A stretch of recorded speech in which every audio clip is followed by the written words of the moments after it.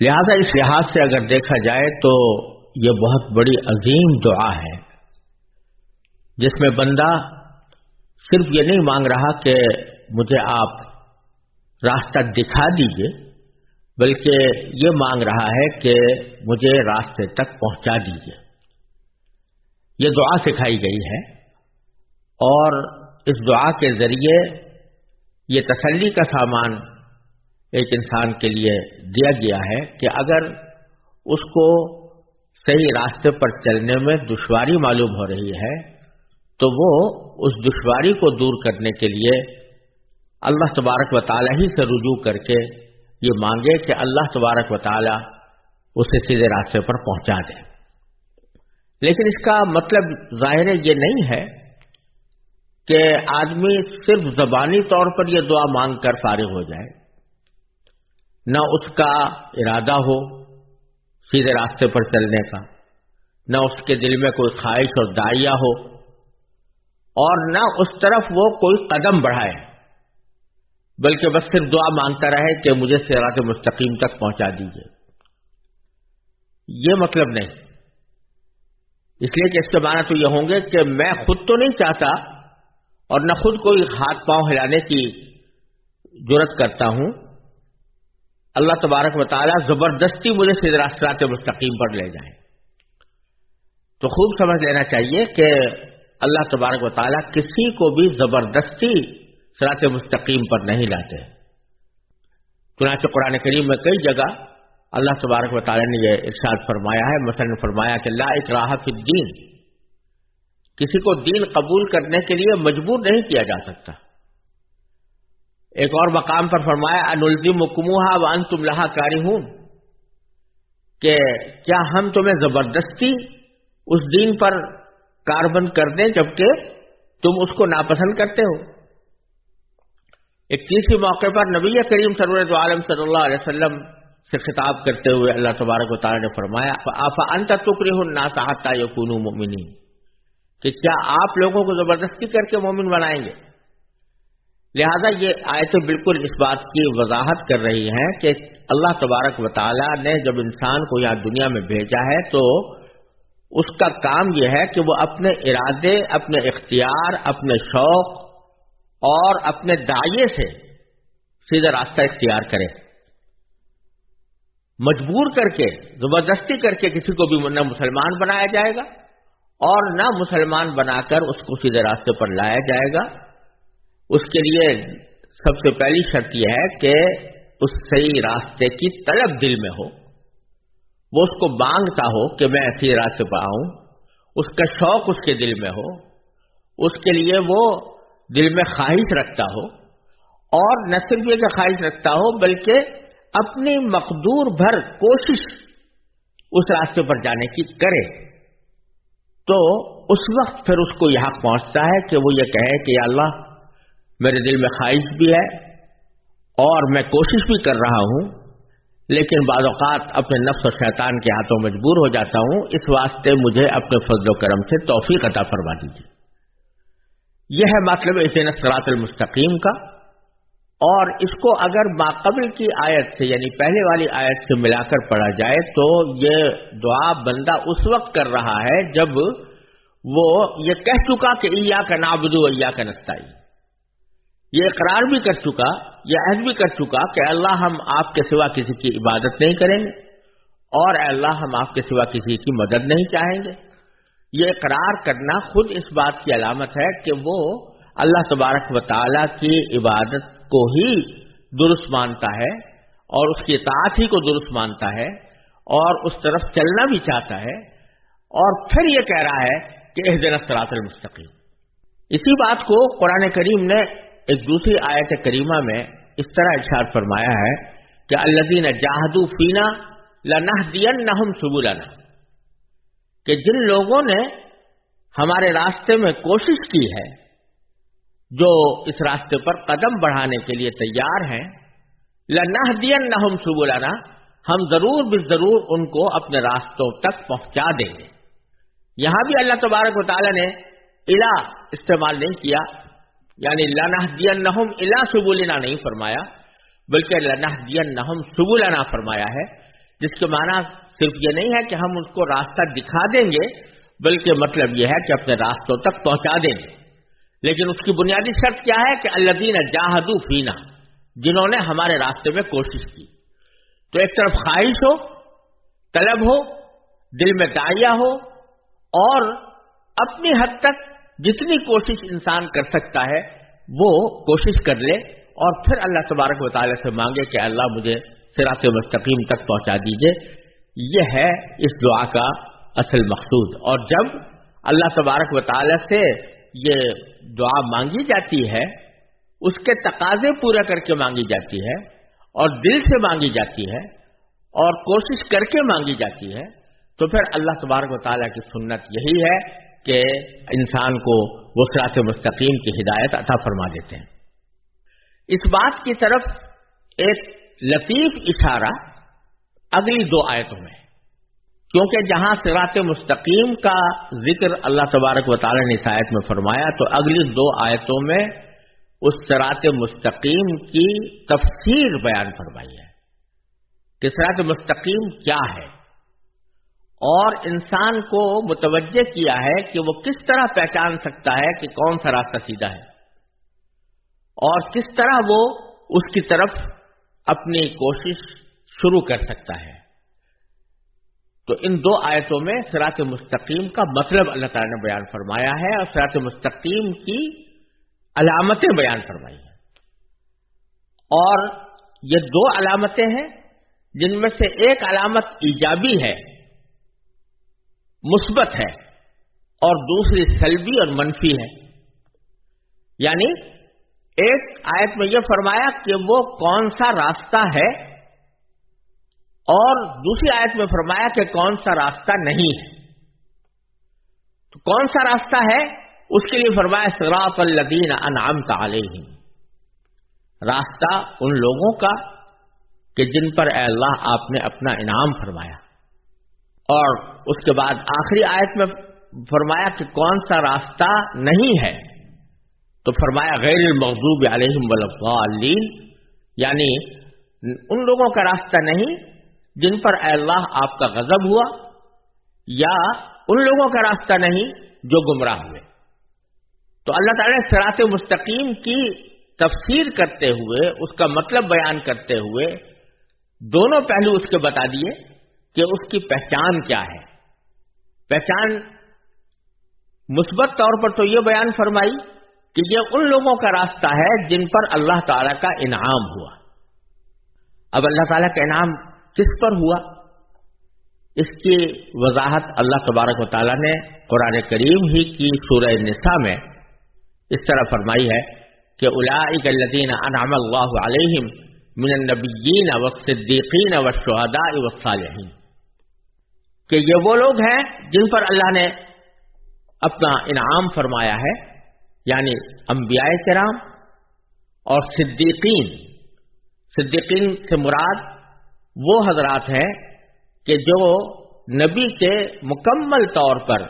تابع دار ہوتے ہیں اور تابع داری میں پوری طرح سچے اترتے ہیں، جیسے حضرت ابو بکر صدیق رضی اللہ تعالی عنہ نبی کریم صلی اللہ علیہ وسلم کے ساتھ تھے.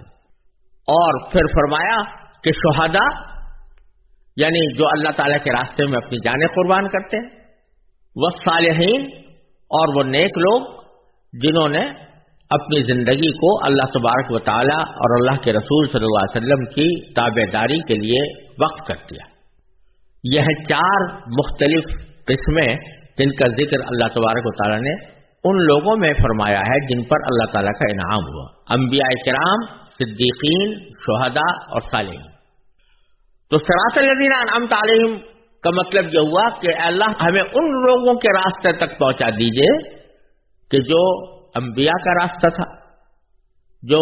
ان کے مکمل تابع دار، سچے تابع دار لوگوں کا راستہ تھا، جو اللہ تبارک و تعالیٰ کے راستے میں اپنی جانیں قربان کرنے والوں کا راستہ تھا، اور جو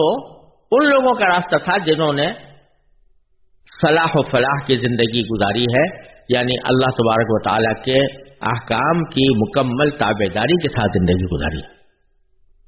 اور غیر المغضوب علیہم ولا الضالین میں اس کا منفی پہلو ہے، یعنی ہمیں ان لوگوں کا راستہ نہیں چاہیے کہ جن پر اے اللہ آپ کا غضب ہوا، اور نہ ان کا راستہ چاہیے جو گمراہ ہوئے۔ جن پر اللہ کا غضب ہوا سے مراد وہ لوگ ہیں کہ جو جانتے بوجھتے کسی غلط طریقہ کار میں مبتلا ہوئے، جنہوں نے جانتے بوجھتے دین اسلام کو قبول نہ کیا، یعنی ان کا دل گواہی دے رہا تھا کہ اسلام دین برحق ہے، نبی کریم سرور عالم صلی اللہ علیہ وسلم جو پیغام لے کر آئے ہیں وہ سچا پیغام ہے، وہ واقعتاً اللہ تبارک و تعالیٰ کی طرف سے پیغمبر بنا کر بھیجے گئے ہیں، اور جو کچھ فرما رہے ہیں وہ اللہ تبارک و تعالیٰ کے احکام کو ہم تک پہنچا رہے ہیں۔ دل ان کا گواہی دیتا تھا، لیکن انہوں نے اپنی ضد کی وجہ سے، ہٹ دھرمی کی وجہ سے، یا اپنے دنیاوی مفادات کی خاطر اس بات کو نہیں مانا، تو اللہ تبارک و تعالیٰ کا غضب ان پر نازل ہوا۔ اور ضالین سے مراد وہ لوگ ہیں کہ جو ہٹ دھرم اس معنی میں تو نہیں تھے کہ وہ جانتے بوجھتے حق کو جھٹلاتے ہوں، بلکہ وہ یہ کہ انہوں نے حق تک پہنچنے کا طریقہ غلط اختیار کیا، چاہتے تو تھے کہ حق تک پہنچے،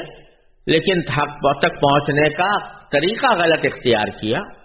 اور اس کی وجہ سے وہ گمراہی میں پڑ گئے۔ تو دونوں قسم کی باتیں اللہ تبارک و تعالیٰ نے ذکر کر دی، چاہے وہ لوگ ہوں کہ جو جان بوجھ کر غلط راستے پر پڑے ہوں، یا وہ لوگ ہوں کہ جو بھٹک کر گمراہ ہو کر غلط راستے پر پڑ گئے ہوں۔ اے اللہ ہمیں ان کا راستہ نہیں چاہیے، راستہ ان کا چاہیے جن پر آپ کا انعام ہو۔ یہاں جو ایک اہم بات قابل غور ہے وہ یہ کہ صراط مستقیم کا مطلب اللہ تبارک و تعالی بیان فرمانا چاہتے ہیں، تو اس کا ایک مختصر راستہ یہ بھی ہو سکتا تھا کہ اللہ تبارک و تعالی یوں فرماتے کہ صراط القرآن، یعنی قرآن کا راستہ جو قرآن نے دکھایا ہے وہ بتلا دیتے، یا نبی کریم سرور عالم صلی اللہ علیہ وسلم کی سنت کا حوالہ دے دیا جاتا کہ آپ کی سنت کا طریقہ وہ صراط مستقیم ہے، اور اگر ایسا فرمایا جاتا تو یقیناً برحق ہوتا، کیونکہ قرآن بھی صراط مستقیم کی ہدایت کرتا ہے، اور نبی کریم سرور عالم صلی اللہ علیہ وسلم کی سنت بھی صراط مستقیم کی ہدایت کرتی ہے۔ لیکن اللہ تبارک و تعالی نے یہاں کسی کتاب کا حوالہ دینے کے بجائے اور نبی کریم سرور عالم صلی اللہ علیہ وسلم کی سنت و سیرت کا براہ راست حوالہ دینے کے بجائے ایسا عنوان اختیار فرمایا کہ راستہ ان لوگوں کا جن پر اے اللہ آپ نے انعام کیا، جس میں انبیاء کرام بھی آ گئے، صدیقین بھی آ گئے، شہداء بھی آ گئے، صالحین بھی آ گئے۔ اس میں بظاہر یہ ایک اہم ہدایت پوشیدہ ہے کہ کسی انسان کو ہدایت پر لانے کے لیے اور صحیح راستے پر گامزن کرنے کے لیے تنہا کتاب کبھی کافی نہیں ہوتی، کیونکہ کتاب سے ایک نظری علم حاصل ہوتا ہے، نظریاتی علم حاصل ہوتا ہے، لیکن اس علم پر عمل کس طرح ہو اور کن حدود میں ہو اور اس کا کیا طریقہ اختیار کیا جائے، یہ باتیں عام طور سے صرف کتاب پڑھ لینے سے حاصل نہیں ہوتی۔ آپ دنیا کے ہر علم و فن میں یہ دیکھتے ہیں کہ اس علم و فن کو اگر حاصل کرنا ہے تو اس علم و فن کی صرف کتابیں پڑھ لینا کافی نہیں ہوتا۔ فرض کرو کہ کوئی شخص اگر میڈیکل سائنس پڑھنا چاہتا ہے تو یہ کافی نہیں ہے اس کے لیے کہ وہ میڈیکل سائنس کی کتابیں پڑھ کر اس کو سمجھ لے، بلکہ اس کے لیے ضروری ہوتا ہے کہ وہ کسی ماہر ڈاکٹر کے ساتھ کچھ عرصے رہ کر اس کی مکمل تربیت حاصل کریں۔ اسی طرح دنیا کے ہر علم و فن کا یہ حال ہے، یہاں تک کہ اگر کھانا پکانے کی ترکیبیں سیکھنے کے لیے کوئی آدمی صرف کتاب پڑھے اور اس کتاب کو سامنے رکھ کر کھانا پکانے کی کوشش کرے تو کبھی کامیاب نہیں ہو سکتا جب تک کہ اس نے عملی تربیت نہ لی ہو۔ لہذا اس آیت کریمہ میں اللہ تبارک و تعالی نے یہ توجہ دلائی ہے کہ اگر صراط مستقیم کو جاننا چاہتے ہو، سمجھنا چاہتے ہو اور اس کو اختیار کرنا چاہتے ہو، تو پھر تمہیں ان لوگوں کا طریقہ دیکھنا چاہیے کہ جن پر اللہ کا انعام ہوا، یعنی انبیاء کرام، صدیقین، شہداء اور صالحین۔ انبیاء کرام علیہ الصلاۃ والسلام دنیا میں تشریف لائے اور اب نبوت کا سلسلہ بند ہو گیا، اور نبی کریم سرور عالم صلی اللہ علیہ وسلم آخری نبی تھے، لہذا آپ کی سنت کو دیکھنا ہوگا۔ صراط مستقیم کا مطلب سمجھنے کے لیے آپ کی سنت کو دیکھنا ہوگا، اور پھر اس سنت کو کس طرح عمل میں لایا گیا، تو اس کے لیے صدیقین اور شہداء اور صالحین کے طرز عمل کو دیکھنا ہوگا۔ اور یہ ایک انسان کی فطرت ہے کہ اس کی تربیت میں صحبت کو بڑا دخل ہوتا ہے، اور صحبت کے ذریعے ہی انسان کی عملی اور اخلاقی تربیت انجام پاتی ہے، جیسا کہ حضرات صحابہ کرام نے نبی کریم صلی اللہ علیہ وسلم کی صحبت میں رہ کر تربیت حاصل کی، اس کے نتیجے میں وہ صحابی کہلائے، اور پھر یہی سلسلہ آگے بھی چلا۔ صحابہ کرام کی صحبت سے تابعین بنے، اور تابعین کی صحبت سے تبع تابعین بنے، اور یہ سلسلہ اسی طرح چلا آیا ہے۔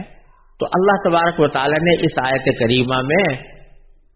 یہ اشارہ فرما دیا ہے کہ صراط مستقیم پر چلنے کی کوشش، جو در حقیقت اس دعا اہدنا الصراط المستقیم کی دعا کے لیے ایک لازمی شرط ہے، اس کوشش کا آسان طریقہ یہ ہے کہ ان لوگوں کے راستے کو دیکھو، ان کی صحبت اختیار کرو، ان سے تربیت لو جو صدیقین ہیں یا شہداء ہیں یا صالحین ہیں، کیونکہ انبیاء کرام کی صحبت تو براہ راست اب حاصل ہو نہیں سکتی، لیکن اگر کوئی صدیق آئے تو اب بھی آ سکتا ہے، اور شہداء ہوں یا صالحین ہوں تو وہ دنیا میں انشاءاللہ قیامت تک موجود رہیں گے۔ تو ان کی صحبت اختیار کرنا تمہارے لیے آسان طریقہ ہے اس منزل تک پہنچنے کے لیے، اور اس کے لیے کوشش کا قدم بڑھانے کے لیے۔ اور جب تک کوشش کا قدم نہیں بڑھاؤ گے تو اس وقت تک اہدنا الصراط المستقیم کی دعا بے معنی ہوگی، کیونکہ تمہارا رخ تو کسی اور طرف ہے، اور دعا یہ مانگ رہے ہو کہ سیدھے راستے کی طرف چلے جاؤ۔ تو اللہ تبارک و تعالی نے یہاں صراط مستقیم کی علامت بیان کرتے ہوئے کسی کتاب کا حوالہ دینے کے بجائے ان لوگوں کا حوالہ دیا کہ جو صحیح راستے پر ہیں، صراط مستقیم پر ہیں، اور منفی طور پر بھی ان لوگوں کا حوالہ دیا جو صراط مستقیم پر نہیں ہیں۔ اسی لیے بزرگوں نے فرمایا ہے کہ اللہ تبارک و تعالی نے انسانوں کی ہدایت کے لیے دو سلسلے ایک ساتھ جاری فرمائے ہیں، ایک کتاب اللہ کا اور ایک رجال اللہ کا۔ یعنی ایک تو کتاب نازل فرمائی تاکہ لوگوں کو ہدایت کا راستہ دکھائے، لیکن اس کتاب پر عمل کرنے کا سلیقہ اور اس کا طریقہ یہ محض کتاب پڑھ لینے سے حاصل نہیں ہو سکتا تھا، اس لیے اللہ تبارک و تعالی نے دوسرا سلسلہ رجال اللہ کا جاری فرمایا، جس میں انبیاء، صدیقین، شہداء اور صالحین چاروں قسمیں آتی ہیں۔ یہی وجہ ہے کہ اللہ تبارک و تعالی نے کوئی کتاب بغیر پیغمبر کے نہیں بھیجی۔ ایسی مثالیں ہیں کہ پیغمبر آئے اور کوئی نئی کتاب ان پر نہیں اتاری گئی، لیکن ایسی کوئی مثال نہیں ہے کہ جس میں صرف کتاب بھیجی گئی ہو اور پیغمبر ساتھ نہ بھیجا گیا ہو۔ اور مقصد اس کا یہ تھا کہ صرف کتاب پڑھ کر ان کو دین کی عملی تربیت حاصل نہیں ہوگی جب تک کہ کوئی معلم اور مربی اس کتاب کو سمجھانے والا بھی اور اس کے اوپر عمل کی تربیت دینے والا بھی موجود نہ ہو۔ اس لیے اللہ تبارک و تعالی نے ہر کتاب کے ساتھ پیغمبر بھیجا، اور پیغمبروں نے اپنے متبعین کی تربیت فرمائی، پھر انہوں نے اپنے بعد آنے والوں کی تربیت فرمائی۔ اور اسی طرف قرآن کریم نے ایک دوسری آیت میں بھی اشارہ فرمایا کہ وَاتَّبِعْ سَبِيلَ مَنْ أَنَابَ إِلَيَّ، کہ ان لوگوں کے راستے کی پیروی کرو جو میری طرف متوجہ ہیں، یعنی مجھ سے رجوع کرتے ہیں، اور جن کا مزاج یہ بن گیا ہے کہ وہ اللہ تبارک و تعالیٰ کی بندگی کرے اپنی زندگی کے ہر شعبے میں اللہ تعالیٰ کے بندے بنے، ان کے راستے کو اختیار کرو۔ تو اس میں اللہ تبارک و تعالیٰ نے اس ہدایت کو حاصل کرنے کے لیے پہلا قدم بڑھانے کا ایک آسان گر بھی ان دو آیتوں کے اندر بتا دیا ہے، اور اگر ہم اس پر عمل کریں تو اللہ تبارک و تعالیٰ کی رحمت سے امید ہے کہ ہماری یہ دعا کہ اہدنا الصراط المستقیم یہ سچی دعا ہوگی، اور اس صورت میں اللہ تبارک و تعالیٰ کی رحمت سے پوری امید ہے کہ اللہ تبارک و تعالیٰ ہماری یہ دعا قبول فرمائیں۔